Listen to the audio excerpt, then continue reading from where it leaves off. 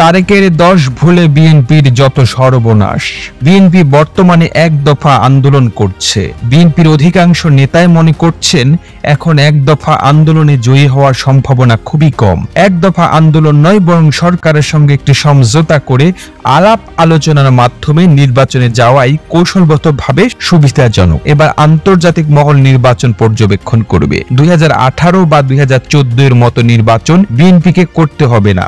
তাছাড়া বিএনপি এখন সাংগঠনিকভাবেও অনেক শক্তিশালী, তাই নির্বাচন করলে বিএনপির ফলাফলও ইতিবাচক হতে পারে। কিন্তু লন্ডনে অবস্থানরত বিএনপির ভারপ্রাপ্ত চেয়ারম্যান তারেক জিয়া নির্বাচন নিয়ে অনড় অবস্থানে রয়েছেন। তিনি যে কোনো মূল্যে এক দফা আন্দোলন অব্যাহত রাখার পক্ষে এবং এক দফা আন্দোলনের মাধ্যমে সরকার পতন ঘটাবেন এমন আশার বাণীও তিনি দলের নেতাদেরকে শোনাচ্ছেন। কিন্তু বিএনপিতে যারা দীর্ঘ রাজনীতিতে পরিপক্ক অভিজ্ঞ, তারা মনে করছেন তারেক জিয়ার ভ্রান্ত নীতির কারণে বিএনপি আরেকটি সংকটের দ্বার প্রান্তে। বিএনপি প্রবীণ নেতারা মনে করেন তারেক জিয়ার কারণেই বিএনপি বারবার সংকটে পড়েছে এবং আজকের এই অবস্থার জন্য দায়ী প্রধানত তারেক জিয়াই। বিভিন্ন প্রবীণ নেতাদের সাথে কথা বলে তারেক জিয়ার ভুলে বিএনপির যে সর্বনাশ হয়েছে এরকম 10টি ঘটনার তথ্যাদি জাতীয় গণমাধ্যম বাংলা ইনসাইডার সংগ্রহ করেছে। পাঠকদের অবগতির জন্য তারেকের ভুলে বিএনপির 10 সর্বনাশের চিত্রটি উপস্থাপন করা হলো। শীর্ষে থাকা প্রথম নাম্বারটি হলো 10 ট্রাক অস্ত্র মামলা। 2001 সালে বিএনপি ক্ষমতায় এসেছিল ভারতের সহায়তায়। ভারতের গোয়েন্দা সংস্থা রয়ের সাথে তারেক জিয়ার একাধিক বৈঠক হয়েছিল এবং সেই বৈঠকে তারেক জিয়া ভারতকে আশ্বস্ত করেছিল তারা ক্ষমতায় আসলে বাংলাদেশে বিচ্ছিন্নতাবাদীদের সংঘাত, সহিংসতা ইত্যাদি বন্ধ হবে। কিন্তু তারেক জিয়া ক্ষমতায় এসে উল্টো কাজ করেছেন। তিনি আইএস এর কাছ থেকে অর্থ নিয়ে বাংলাদেশকে বিচ্ছিন্নতাবাদের রুট হিসেবে ব্যবহার করেছিলেন। আর 10 ট্রাক অস্ত্রের ঘটনা তার একটি প্রমাণ।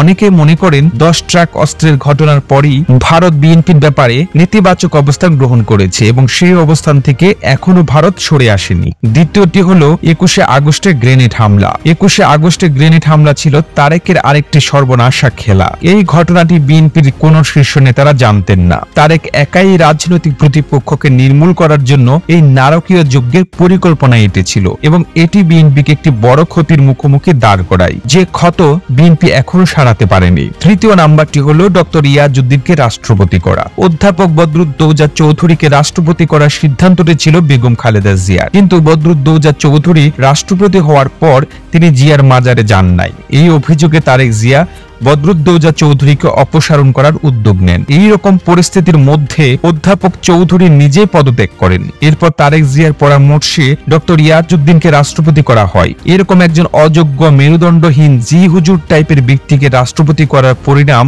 যে কি হয় তা 1/11 এর সময় বিএনপির নেতাকর্মীরা হাড়ে হাড়ে টের পেয়েছেন। আর এজন্য বিএনপি সিনিয়র নেতারা তারেক জিয়াকে দায়ী করেন। তারেক জিয়ার ভুল সিদ্ধান্তের কারণেই ইয়াজউদ্দিনের মতো একজন অযোগ্য অথর্ব লোককে রাষ্ট্রপতি করা হয়েছে, যিনি দুর্যোগের সময় বিএনপিকে কোনো সাহায্যই করতে পারেননি। চতুর্থ নাম্বারটি হলো মইনুল আহমেদকে সেনা প্রধান করা। 7 জনকে ডিঙ্গিয়ে মইনুল আহমেদকে সেনা প্রধান করাটাও ছিল তারেকের আরেকটি আত্মঘাতী বালখিল্য সিদ্ধান্ত।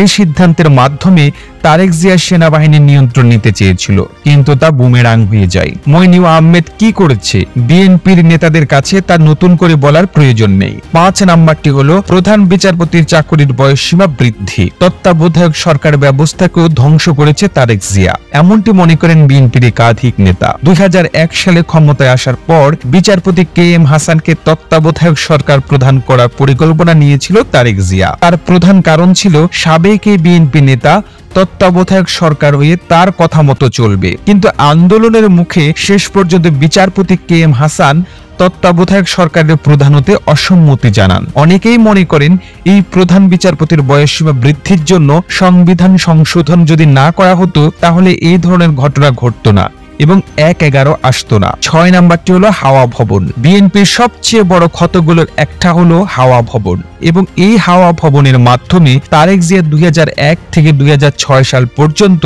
সময় একটি বিকল্প সরকার গঠন করেছিল, যে বিকল্প সরকার দুর্নীতি লুটপাটের জন্য আলোচিত ছিল। হাওয়া ভবনে টাকা না দিলে কোনো কিছুই হতো না, এমন একটি বাস্তবতা এই দেশে প্রতিষ্ঠিত হয়েছিল। আর এই কারণেই অনেকেই মনে করে বিএনপির একটি বড় সর্বনাশের একটি বড় কারণ হলো হাওয়া ভবন। 7 নাম্বারটি হলো গিয়াসউদ্দিন আল মামুনের সাথে বন্ধুত্ব। তারেক জিয়া তার ব্যবসায়িক পার্টনার গিয়াসউদ্দিন আল মামুনের সাথে বন্ধুত্ব করেছিল এবং এই বন্ধুত্বের কারণেই বিএনপিকে অনেক বদনামের ভাগিদার হতে হয়েছে।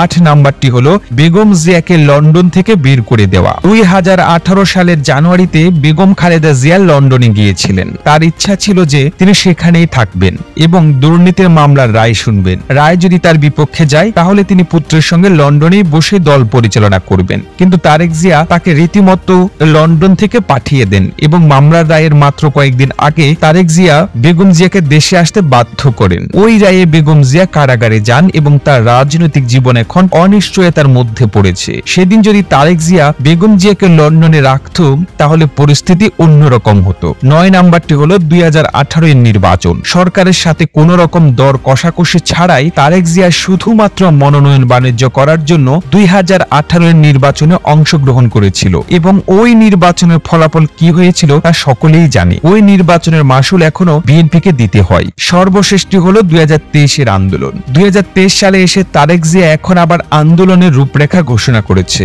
সরকারের পতন ছাড়া নির্বাচনে যাবে না বলেও জানিয়ে দিয়েছে। এইটি বিএনপির জন্য আরেকটি আত্মঘাতী সিদ্ধান্ত হতে যাচ্ছে বলেও বিএনপির নেতাকর্মীরা মনে করেন। এই প্রতিবেদন তৈরিতে তথ্য ও উপাত্তের সাহায্য নেওয়া হয়েছে জাতীয় গণমাধ্যম বাংলা ইনসাইডার থেকে।